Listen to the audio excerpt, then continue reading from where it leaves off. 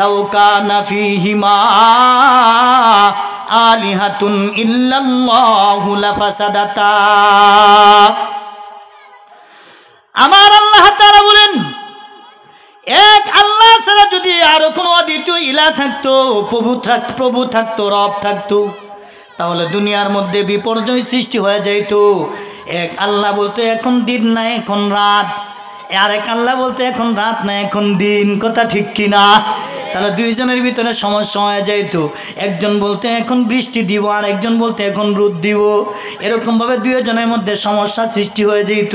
এই জন্য আল্লাহ হলেন কয়জন? আরো জোরে বলেন আল্লাহ কয়জন? নারায়ে তাকবীর। প্রধান অতিথির আগমন, নারায়ে তাকবীর। আমাদের সভাপতি সাহেবের আগমন, অতিথিবৃন্দদের আগমন। জাফর ভাই এসে পড়ছে, আলহামদুলিল্লাহ। তো যাই হোক, আমি একটু আলোচনা করি, হয়তো ওনারা এই চিন্তা চেতনা করে আসছেন যে একটু আলোচনা শুনবেন। আলহামদুলিল্লাহ, কারণ যত জায়গায় যাই আমাদের ভাই দেখা যায় গেছে মোটামুটি অনেকক্ষণ বসে বসে আলোচনা শুনে। তো যাই হোক, আলহামদুলিল্লাহ, এটা অনেক বড় একটা গুণ, এটা অনেক বড় একটা গুণ। তো আল্লাহ কয়জন? জুড়ে বলেন আল্লাহ কয়জন? আরো জুড়ে বলেন আল্লাহ কয়জন? তাহলে ইবাদত করব কার? আরো জুড়ে বলেন কার? তাহলে 5 ওয়াক্ত নামাজ কার ইবাদত? মাশাআল্লাহ। তাহলে 5 ওয়াক্ত নামাজ কার ইবাদত? আল্লাহর ইবাদত। আল্লাহই বলছেন ওয়া আকিমুস সালাতা ওয়া আতুজ যাকাতা ওয়ারকাউ মা'আর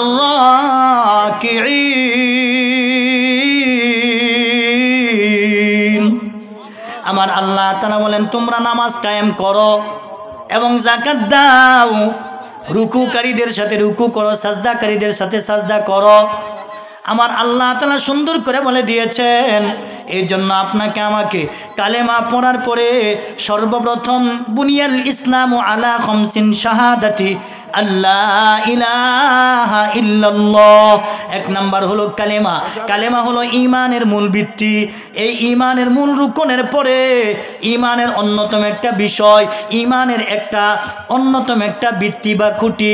তারপরে 4 নাম্বার, 4টা বিষয়ের ভিতরে 1 নাম্বার হলো নামাজ। 1 নাম্বার কি? নামাজ। এই নামাজের জন্য আমার আল্লাহ তাআলা প্রত্যেকটা মানুষকে দাওয়াত দিতেছেন। কি দিতেছেন? দাওয়াত দিতেছেন। প্রতিদিন মসজিদ থেকে দৈনিক 5 বার। কয়বার? আমার আল্লাহ বলেন ওয়াল্লাহু ইয়াদউ ইলা দারিস সালাম। আমার আল্লাহ তাআলা বলেন বান্দা,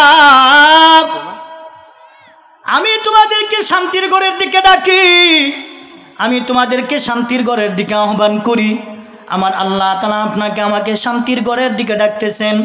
শান্তির ঘর 1 নাম্বার ব্যাখ্যা মুফাসসিরিনে কেরাম করেছেন, আল্লাহর জান্নাত হইছে 8টা। এই 8টা জান্নাতের ভিতরে একটা জান্নাতের নাম হলো দারুস সালাম। দারুন শব্দের অর্থ হলো ঘর, সালাম শব্দের অর্থ হলো শান্তি। আমার আল্লাহ বলেন তোমাদেরকে আমি আমার জান্নাত দারুস সালাম মানে সালাম নামক শান্তির ঘর নামক যে জান্নাত আছে, ওই জান্নাতের দিকে আমি তোমাদেরকে আহ্বান করতেছি। সুবহানাল্লাহ। তাহলে আল্লাহ তাআলা আমাদেরকে জান্নাতের দিকে আহ্বান করতেছেন। মুফাসসিরিনে কেরাম সর্বশেষ ব্যাখ্যা করেছেন দারুস সালামের আরেকটা ব্যাখ্যা হলো এই দুনিয়ার মসজিদ। সুবহানাল্লাহ বলেন। আমাদের অনেক মসজিদের নাম কি থাকে? দারুস মানে ঘর, সালাম মানে শান্তি, তার মানে দারুস সালাম আছে না অনেক মসজিদের নাম? এরকমভাবে দারুস সালাম তার মানে আল্লাহ সর্বশেষ বলেন দুনিয়ার ভিতরে একটা ঘর আছে, শান্তির ঘর। সেই ঘরের দিকে আমি তোমাদেরকে মুয়াজ্জিনের মাধ্যমে দৈনিক 5 বার তোমাদেরকে আহ্বান করতেছি। সুবহানাল্লাহ বলেন। আল্লাহ বলেন হাইয়া আলাস সালাহ। আছে না নাই? এটা কিসের মধ্যে? আজানের মধ্যে। এসো নামাজের দিকে। হাইয়া আলাল ফালাহ, এসো কল্যাণের দিকে। আছে না নাই? তাহলে এর অর্থ কি? নামাজের দিকে আল্লাহ ডাকতেছেন। কারে ডাকে? মুমিন মুসলমান বান্দাবান্দি যারা আছে তাদেরকে ডাক দেয়। আল্লাহ সুন্দর করে নামাজের দিকে ডাক দিতেছেন। আর রাসূল হাদিসের মধ্যে বলে ইযা রাআইতুমুর রাজুলা ইয়াতাআহাদুল মাসজিদা ফাশহাদু লাহু বিল ঈমান فقال إنما يعمر مساجد الله من آمن بالله واليوم الآخر। পয়গম্বর হাদিসের মধ্যে বলেন ও আমার সাহাবীরা রে, ইযা রাআইতুমুর রাজুলা ইয়াতাআহাদুল মসজিদ, যখন তোমরা কোনো মানুষকে বেশি বেশি মসজিদের দিকে যাইতে দেখবা, মসজিদের দিকে সম্পর্ক রাখবে, মসজিদের সাথে সম্পর্ক রাখবে, নামাজ আদায় করবে, মসজিদের খোঁজ খবর নেই, তোমরা মসজিদের সাথে বেশি বেশি সম্পর্ক যেই সকল মানুষকে দেখবা, ফাশহাদু লাহু বিল ঈমান, পয়গম্বর বলে ও আমার সাহাবীরা রে, ওই ব্যক্তিটার ঈমান আছে বলে সাক্ষ্য দাও। সুবহানাল্লাহ। তাহলে রাসূল কি বলছেন? যে ব্যক্তি মসজিদের সাথে সম্পর্ক বেশি রাখে তার কি আছে? ঈমান আছে। তার মানে ওই ব্যক্তি আল্লাহরে বিশ্বাস করে, পরকালকে বিশ্বাস করে। ইন্নামা ইয়ামুরু মাসাজিদাল্লাহি মান আমানা বিল্লাহি ওয়াল ইয়াউমিল আখির। এখন দেখেন আল্লাহ কোরআনের মধ্যে বলতেছেন যে আল্লাহ এবং পরকালকে বিশ্বাস করে ওই ব্যক্তির মন মসজিদের মধ্যে ঝুলন্ত অবস্থায় থাকে। কার মন মসজিদে ঝুলন্ত অবস্থায় থাকে? জুড়ে বলেন। এখন হয়তো বা অনেকেই বলবেন, হুজুর মসজিদের ওয়াজ তো অনেকেই শুনি, শুক্রবারে শুনি, এই নামাজের ওয়াজ অনেকেই শুনি, কিন্তু শাস্ত্রলেও তো প্রতিদিনই যায়, টেলিভিশন প্রতিদিনই দেখেন, কথা ঠিক কিনা? এনেও তো গান প্রতিদিনই শুনেন, তারপরে আবার প্রতিদিন শোনা লাগে কেন? কথা ঠিক কিনা? গান শুনলে কি হয়? কথা কয় না, গুনাহ হয়। গান শুনলে গুনাহ হয়, শুধু গুনাই না, মুনাফিকি পয়দা হয়। কি পয়দা হয়? ইমানের নূর কমা যায়, ইবাদতের নূর কমা যায়। এজন্য যে ব্যক্তি আল্লাহ এবং পরকালের আলোচনা শুনবে, কোরআনে কারীম তেলাওয়াত করবে, জিকির আজগার করবে, আল্লাহ তাআলা তার ইমানের নূর বাড়ায় দিবে। সুবহানাল্লাহ বলেন। এই জন্য রাসূল বলছেন তোমরা বেশি বেশি মসজিদের দিকে যাও, তোমাদের ঈমান পয়দা হবে। মসজিদের দিকে কি গেলে কি হবে? মসজিদের মধ্যে গেলেই সব কিছু হবে। কি হবে? আল্লাহ তাআলা বলেন ওয়া'মুর আহলাকা বিস-সালাতি ওয়াসতাবির আলাইহা লা নাসআলুকা রিজকা নাহনু নারযুকুকা ওয়াল আকিবাতু লিত-তাকওয়া। আল্লাহ তাআলা বলেন ওয়া'মুর আহলাকা বিস-সালাতি ওয়াসতাবির আলাইহা, হে নবী আপনি আপনার আহাল পরিবার পরিজন যারা আছে তাদেরকে নামাজের নির্দেশ করেন, নামাজের আদেশ করেন। আল্লাহ তাআলা কাকে বলতেছেন খুব খেয়াল করে শুনেন। আল্লাহ তাআলা নিজে নবীকে বলতেছেন, ও নবী আপনি আপনার আহাল পরিবার পরিজন যারা আছে, আপনার বিবি, আপনার সন্তান আদি, আপনার নিকটাত্মীয় যারা আছে সবাইকে আপনি নামাজের আহ্বান করেন, নামাজের জন্য আদেশ দেন। নামাজের জন্য কি জন্য আদেশ দিবেন? নামাজের জন্য মসজিদের সাথে সম্পর্ক রাখতে বলবেন পুরুষদেরকে, আর নারীদেরকে তাদের খাস কামরায় ঘরের ভিতরে যেন নামাজ আদায় করে, তাদের অন্ধকার কুঠুরিতে যায় যেন নামাজ আদায় করে, নামাজ যেন পড়ে, এই নামাজের জন্য তাদেরকে আহ্বান করেন, নামাজের জন্য নির্দেশ দেন। আর ওয়াসতাবির আলাইহা, আর আপনি নিজেও নামাজ পড়বেন, ইহার উপরে ইস্তেবের থাকবেন, ইস্তেকামাতের সাথে থাকবেন, আমল করবেন। লা নাসআলুকা রিজকা, নবী গো আপনার কাছে আমি রিজিক চাই না। আল্লাহ কি বলেন? হে নবী আপনি আপনার কাছে আমি কি চাই না? রিজিক চাই না, খাদ্য চাই না, অর্থ সম্পদ টাকা পয়সা কোনো কিছু চাই না। নাহনু নারযুকুকা, আমি আপনাকে রিজিক দিব। সুবহানাল্লাহ বলেন। আল্লাহ কি বলেন? আপনার আহাল পরিবার পরিজন যারা আছে তাদেরকে নামাজের নির্দেশ দেন। তারা নামাজ যখন পড়বে তাদের কাছে আমি রিজিক চাই না, অথচ আমি আল্লাহ রিজিক দিব। সুবহানাল্লাহ বলেন। তাহলে নামাজ পড়লে আল্লাহ কি দিবেন? খুব খেয়াল করে শুনেন, নামাজ পড়লে আল্লাহ কি দিবেন? রিজিক দিবেন। তাহলে বোঝা গেল মসজিদে আমাদের রিজিক, মসজিদে আমাদের কি রিজিক, মসজিদে আমাদের সম্পদ। নামাজ পড়লে আল্লাহ আমাদেরকে রিজিক দিবেন। তাহলে এই দুনিয়াতে এমন কোনো মানুষ আছে যেই মানুষের রিজিকের প্রয়োজন নাই, অর্থ সম্পদ টাকা পয়সার প্রয়োজন নাই? এমন কেউ আছেন এখানে? একজন দেখান তো দিই আমার নাই, এরকম আছেন কেউ? কেউ নাই, সবারই আছে। কথা ঠিক কিনা? দুনিয়াতে চলতে গেলে সবারই কি রিজিকের প্রয়োজন। এই জন্য আল্লাহ বলেন যেই মানুষ আমি আল্লাহকে ভুলে যাবে, ওয়ামান আ'রাদা আন যিকরি ফাইন্না লাহু মাঈশাতান দানকাও ওয়া নাহশুরুহু ইয়াওমাল কিয়ামাতি আ'মা। আমার আল্লাহ তাআলা বলেন বান্দারে, দুনিয়ার জমিনে যে সকল মানুষ আমি আল্লাহর স্মরণ থেকে গাফেল থাকবে, আল্লাহ তাআলাকে যে সকল মানুষ ভুলে যাবে ওই সকল মানুষদেরকে আল্লাহ তাআলা বলতেছেন ওয়ামান আ'রাদা আন যিকরি, আমি আল্লাহ তাআলা থেকে যারা গাফেল থাকবে, আমি আল্লাহ তাআলার স্মরণ থেকে যারা বিমুখ থাকবে, তাদের জন্য দুইটা মুসিবত, দুইটা গজব, দুইটা লানত, দুনিয়ার জমিনে একটা আর আখিরাতের জমিনে একটা। দুনিয়ার জমিনে হলো আমার আল্লাহ তাআলা তার রিজিক সংকুচিত করে দিবে, নাউযুবিল্লাহ। তার মানে যে আল্লাহর স্মরণ থেকে গাফেল থাকবে। আর পৃথিবীর মধ্যে সবচাইতে বড় স্মরণ হলো আল্লাহ কোরআনের মধ্যে বলেন ইন্নাস সালাতা তানহা আনিল ফাহশাই ওয়াল মুনকার ওয়ালা যিকরুল্লাহি আকবার। আল্লাহ বলেন নিশ্চয়ই যেই মানুষ নামাজ আদায় করবে, যারা নামাজ আদায় করবে, আল্লাহ তাআলা নামাজের মাধ্যমে অশ্লীল অনর্থক বেহায়াপনা কাজ থেকে বাঁচায়া রাখবেন। সুবহানাল্লাহ বলেন। নামাজের মাধ্যমে কি করবেন? গুনাহ থেকে হেফাজত করবেন, অশ্লীল কাজ থেকে হেফাজত করবেন, বেফাহেশা কাজ থেকে হেফাজত করবেন। কিসে? নামাজে। আর আল্লাহ বলেন ওয়ালা যিকরুল্লাহি আকবার, এই জিকির, এই স্মরণ, তার মানে নামাজ হলো আল্লাহকে সবচাইতে স্মরণ করার সবচাইতে বড় জিকির, আল্লাহকে স্মরণ করার সবচাইতে বড় মাধ্যম। কেমনে? ওয়া আকরাবু মা ইয়াকুনুল আবদু মির রাব্বিহি ওয়া হুয়া সাজিদুন। হাদিসের মধ্যে আসছে আল্লাহ রাসূল বলেন আল্লাহ তাআলা সবচাইতে নিকটে বান্দা চলে যায়, সবচাইতে কাছে চলে যায় যখন বান্দা সিজদা করে। সুবহানাল্লাহ বলেন।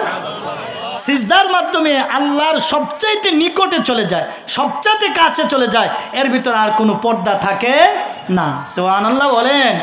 এর জন্য নামাজ আদায় করলে আল্লাহ তাআলা খুশি হয়, রুকু করলে আল্লাহ খুশি হয়, সিজদা করলে আল্লাহ খুশি হয়, মসজিদের সাথে সম্পর্ক রাখলে আল্লাহ খুশি হয়। কেন খুশি হয়? আজকে দেখেন আমাদের ভিতরে গুনাহ আছে না নাই? গুনাহ আছে না নাই? এই নামাজের মাধ্যমে সবচেয়ে বড় হলো আল্লাহ গুনাহ থেকে আপনাকে আমাকে হেফাজত করে। কিসের থেকে হেফাজত করে? গুনাহ।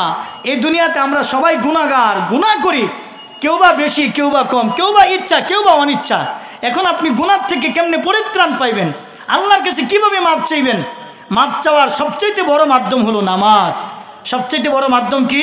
নামাজ। আমি আপনাদেরকে ধরাইয়া দিচ্ছি, নামাজের ভিতরে আমরা যখন আখিরি বৈঠক দিই, আখিরি বৈঠকের পরে সর্বশেষ একটা দোয়া আছে, দোয়ায়ে মাসুরা, আছে না নাই? দোয়ায়ে মাসুরা যারা নামাজ পড়ে তারাই জানে, আর যারা নামাজ পড়ে না তারা কেউ এটা আবার কোন বাগানের ফল? কথা ঠিক কিনা যেটা বলেন? যারা নামাজ পড়ে তারাই বলতে পারবো যে দোয়ায়ে মাসুরা কারে কয়। এখন যারা নামাজ পড়ে তারাই বলতে পারবো, আর যারা নামাজ পড়ে না তারা বলতে পারবো না। এখন দেখেন দোয়ায়ে মাসুরার মধ্যে কি আছে, দোয়ায়ে মাসুরার মধ্যে কি আছে। আজকের আলোচনাটা একটু ব্যতিক্রম, কারণ আমরা মুসলমান, আমাদের নামাজ পড়তে হবে। আমাদের কি করতে হবে? নামাজ পড়তে হবে। আর এই নামাজই হলো কাফের মুশরিক বেঈমান যারা আছে আর মুসলমানের মধ্যে পার্থক্যকারী ইবাদত। সুবহানাল্লাহ বলেন। এই দেহের মধ্যে মাথার যে মর্যাদা, ইসলামের মধ্যে নামাজের সেই মর্যাদা। সুবহানাল্লাহ বলেন। তাহলে এই দেহের মাথার দরকার আছে না নাই? মাথা ছাড়া দেহের কোনো মূল্য আছে? কোনো মূল্য নাই। তাহলে ইসলামের মধ্যে নামাজ ছাড়া কোনো মূল্য নাই। তাহলে মসজিদ বানায় লাভ কি যদি আমি নামাজই না আদায় করি? বড় বড় টাইস করা, মোজাইক করা মসজিদ বানাইলে লাভ কি যদি আমি নামাজই না হই? অথচ পয়গম্বরের জমানায় দেখেন মসজিদ ছিল একবারে, অর্থাৎ এই একবারে মোজাইকহীন, তার মানে একবারে মাটির বালুকণা মুক্ত, এরকম ছিলেন, এরকম যুক্ত ছিলেন। কিন্তু মুসল্লি যারা ছিলেন কীরকম? খুব পাকাপুক্ত মুসল্লি ছিলেন, তাদের ঈমান ছিল খুব মজবুত। আজকে আমাদের ঈমান কি দেখেন? পয়গম্বর হাদিসের মধ্যে বলতেছেন ইউশাকু আন ইয়াতিয়া আলান নাসি জামানুন লা ইয়াবকা মিনাল ইসলামি ইল্লা ইসমুহু ওয়া লা ইয়াবকা মিনাল কুরআনি ইল্লা রাসমুহু। পয়গম্বর হাদিসের মধ্যে বলেন দুনিয়ার ভিতরে এমন একটা জমানা আসবে, আমার উম্মতের শেষ জমানায় দুনিয়ার ভিতরে এমন একটা জমানা আসবে যেই জমানায় মানুষের মুখে মাত্র থাকবে ইসলাম, ইসলামের মূল রুসম, ইসলামের বিধিবিধান, ইসলামের মূল বিষয়, ইসলামের বিষয়ে দিয়ে কোনো কিছুই মানুষের সমাজের ভিতরে বাস্তবায়ন হবে না। কথা ঠিক কিনা? মুখে মুখে ইসলাম থাকবে, আমি ইসলামকে মোহাব্বত করি, ইসলামকে ভালোবাসি, ইসলামে আছে এই, ইসলামে আছে সেই, ইসলাম নিয়ে তাকাব্বুরি করবে, ফুটাঙ্গিরি দেখাবে, বড়লোকি দেখাবে, বড়গিরি দেখাবে, কিন্তু ইসলামের হুকুমত, ইসলামের বিধিবিধান কোনো কিছুই তার ভিতরে থাকবে না, মাত্র মুখের মধ্যে থাকবে ইসলাম। আর ওয়ালা ইয়াবকা মিনাল কুরআনি ইল্লা রাসমুহু, পয়গম্বর বলতেছেন কোরআনের ভিতরে শুধু অক্ষরগুলো থাকবে, কোরআনের ভিতরে কি থাকবে? শুধু অক্ষরগুলো থাকবে, কিন্তু কোরআনের কোনো রুসম, কোরআনের কোনো আইন, কোরআনের কোনো বিধান সমাজে বাস্তবায়ন হবে না। এখন চিন্তা করে দেখেন একটু, শুক্রবারে জুমাবার দিন মসজিদে হুজুর বয়ান দেয়, ওই মসজিদেই বয়ান থাকে, মসজিদের বাইরে আর বের হয় না। মাদ্রাসার মধ্যেই কোরআন শরীফ, এই কোরআন শরীফ কি করে?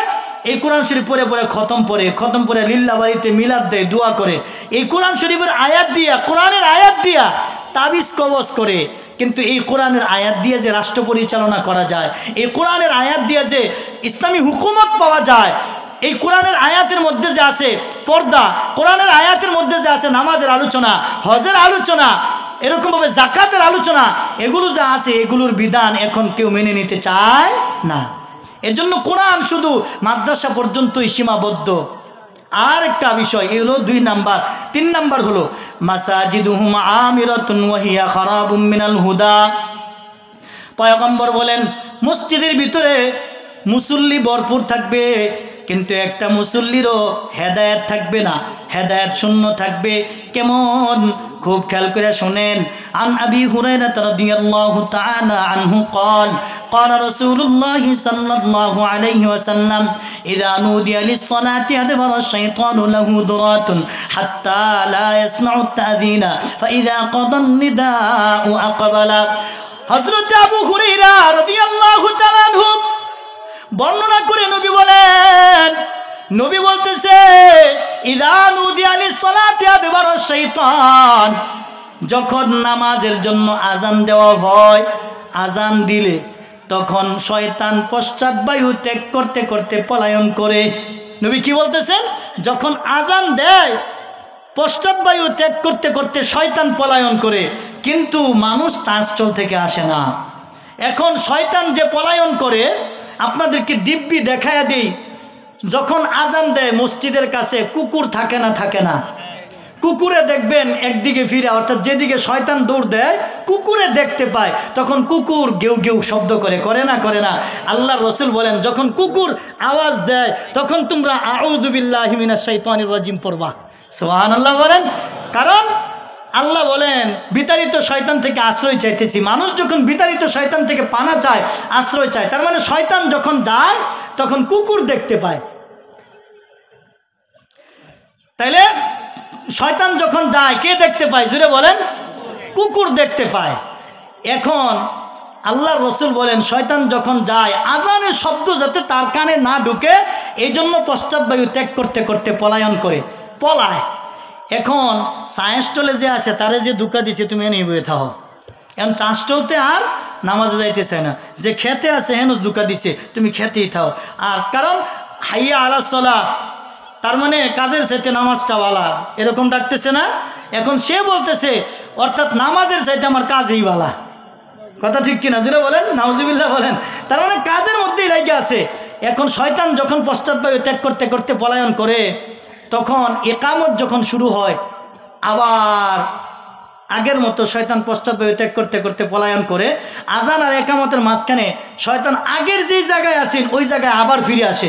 খুব খেয়াল করে শুনেন, আজান দিলে জায়গা, আবার যারে যেখানে রাইখা যায় শয়তান আবার ওইখানে আইসা ধোঁকা দেয়, ওইখানে আইসেই ধোঁকা দেয়। আমি প্রমাণ দিচ্ছি। একামত যখন শুরু হয় আবার আগের মতো দৌড় শুরু করে, একামত যখন শেষ হয় আবার যে যেখানে থাকে ওইখানে আইসা ধোঁকা দেয়। নামাজি বান্দা যে আছে তারেও আইসা ধোঁকা দেয়। পয়গম্বর হাদিসের মধ্যে বলেন হাত্তা ইয়াখতুরা বাইনাল মারই ওয়া নাফসিহি ইয়াকুলু আযকুরু কাযা লাম্মা লাম ইয়াকুন ইয়াযকুরু হাত্তা ইয়াযিল্লার রাজুলু লা ইয়াদরি কাম সাল্লা।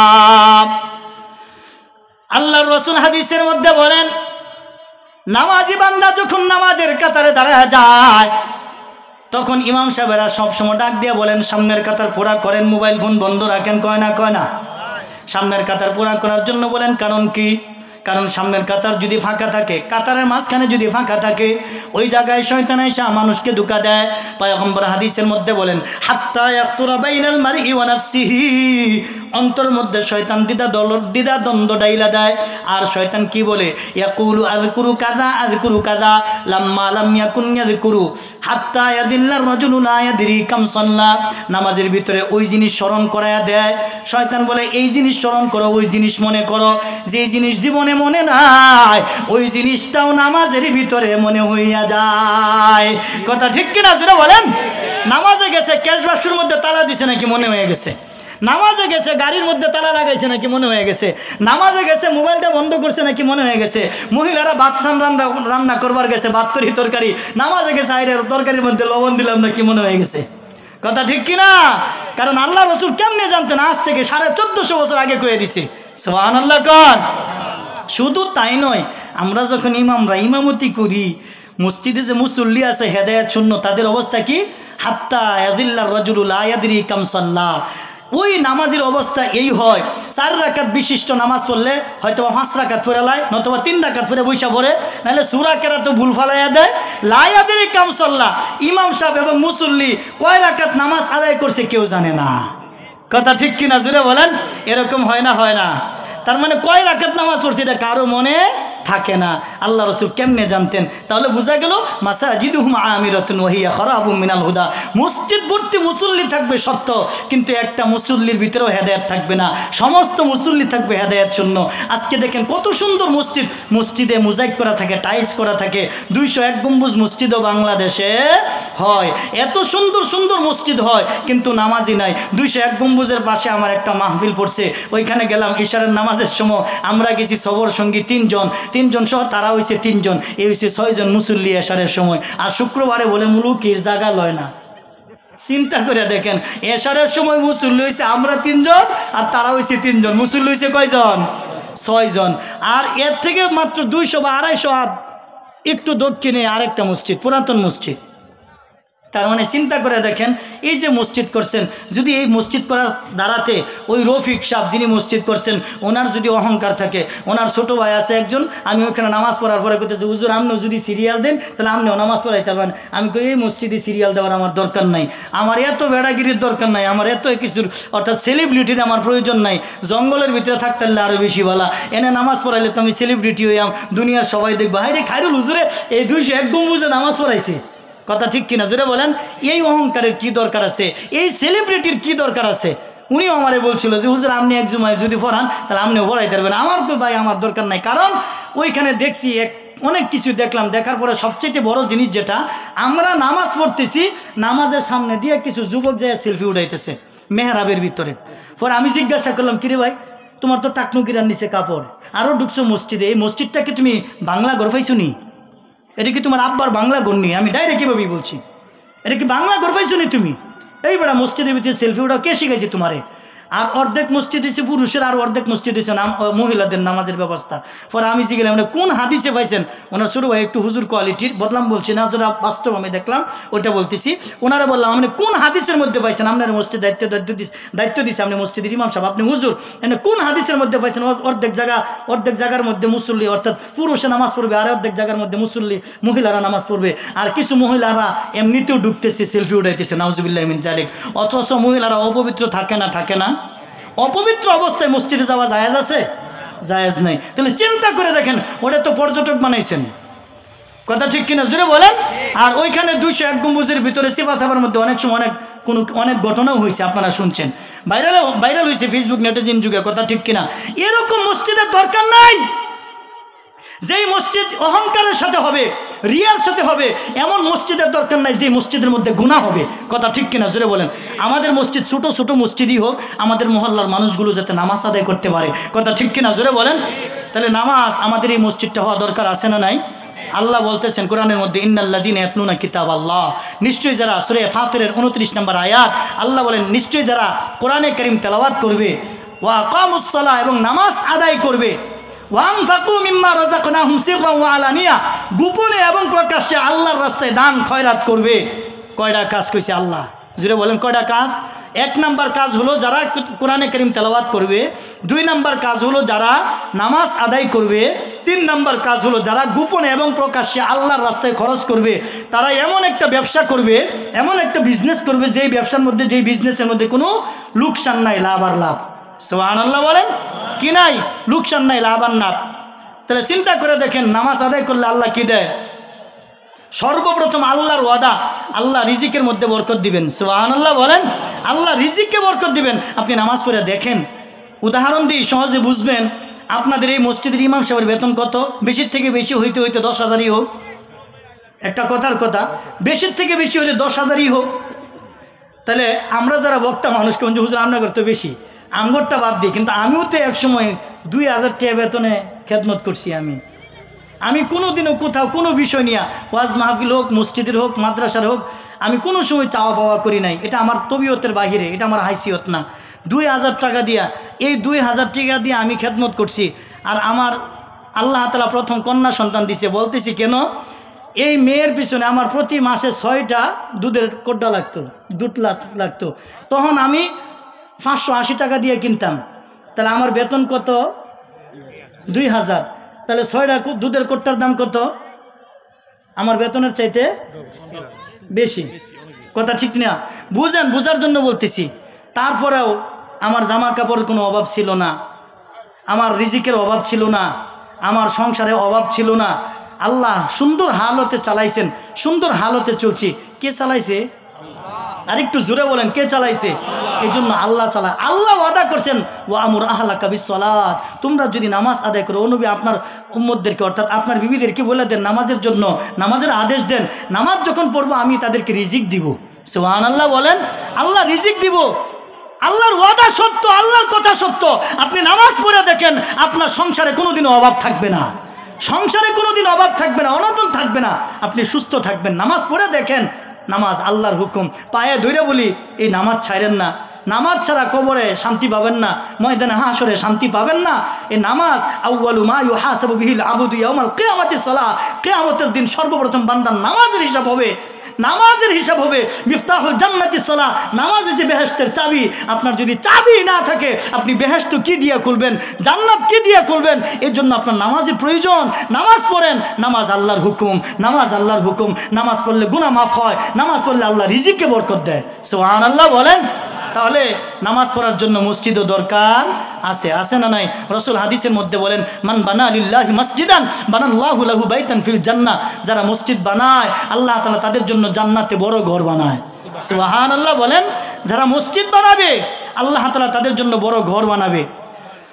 আমি অনেক সময় খুব খেয়াল করে শুনেন, আপনাদের দান অনুদানেই আপনারা জানেন এখন আপনাদের কাছ থেকে এই মসজিদের জন্য কিছু কালেকশন হবে।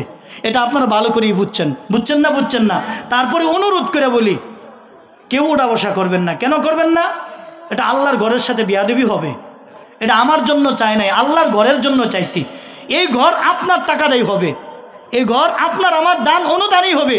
যতক্ষণ পর্যন্ত একটা ইটের ফাঁকা জায়গা থাকবে, যতক্ষণ পর্যন্ত ওই ব্যক্তি, ধরেন আমার মাসুদ ভাইয়ের নাম ওই ইটের মধ্যে লেখা আছে, আমার জাফর ভাইয়ের নাম ওই ইটের মধ্যে লেখা আছে, প্রত্যেকটা মানুষের নাম ওই বালি, কণা, সিমেন্ট, রড, ইটের মধ্যে লেখা আছে।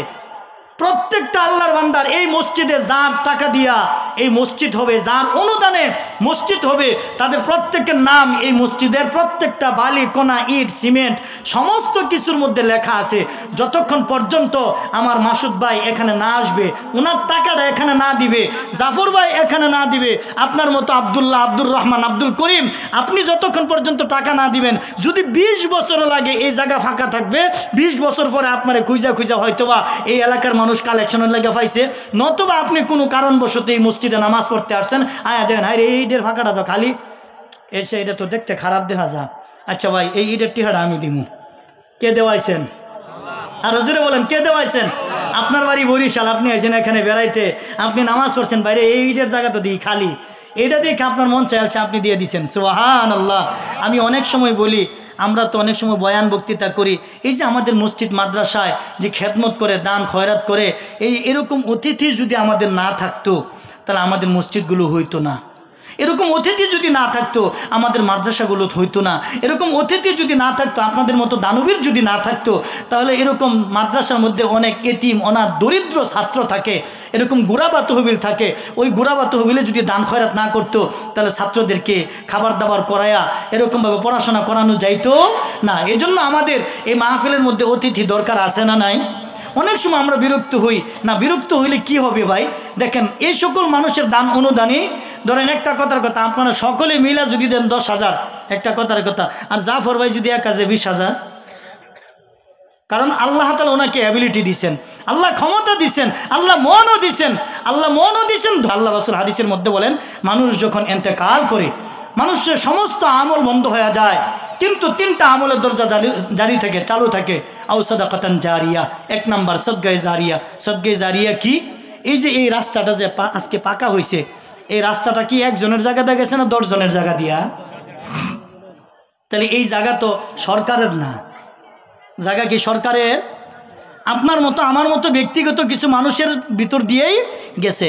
কিন্তু এই রাস্তা দিয়া চুরও চলে, ডাকাতও চলে, ভালো মানুষও চলে, আল্লাহর ওলিও চলে, চলে না? চলে না? তাহলে সবার সুযোগ হয়েছে, সুবিধা হয়েছে রাস্তা হওয়াতে। এই রাস্তা যারা করছেন, এই রাস্তার সাথে যারা জড়িত, যারা টাকার বিনিময়ে রাস্তা করছেন, সরকারি লোক যারা আছে তারা তো আছেই, নেতা নেতৃত্ব স্থানীয় যে সকল লোক আছে তাদেরকে নিয়ে যত মানুষ এই রাস্তার সাথে জড়িত আছে, আও সাদাকাতান জারিয়া, সদকায়ে জারিয়া পাবে, তারা নেক আমল পাবে, মরে গেলেও তারা পাবে। এটা বন্ধ হবে না। যারা কালবাট করে দেয়, স্কুল কলেজ মসজিদ মাদ্রাসা করে দেয়, তারা আও সাদাকায়ে জারিয়া, কবরের মধ্যে আও সাদাকায়ে জারিয়া এটা পাইতে থাকবে। এই মসজিদ যদি আপনার আমার টাকার বিনিময়ে যদি হয়, তাহলে এটা হলো সাদকায়ে জারিয়া। তাহলে এটার সব আপনি আমি কবরে পাইতে থাকবো, এটার সব আপনি আমি কবরে পাইতে থাকবো। তাহলে আও সাদাকায়ে জারিয়া, আপনি আমি মরে যাব, আমলের দরজা বন্ধ, সব আমল বন্ধ।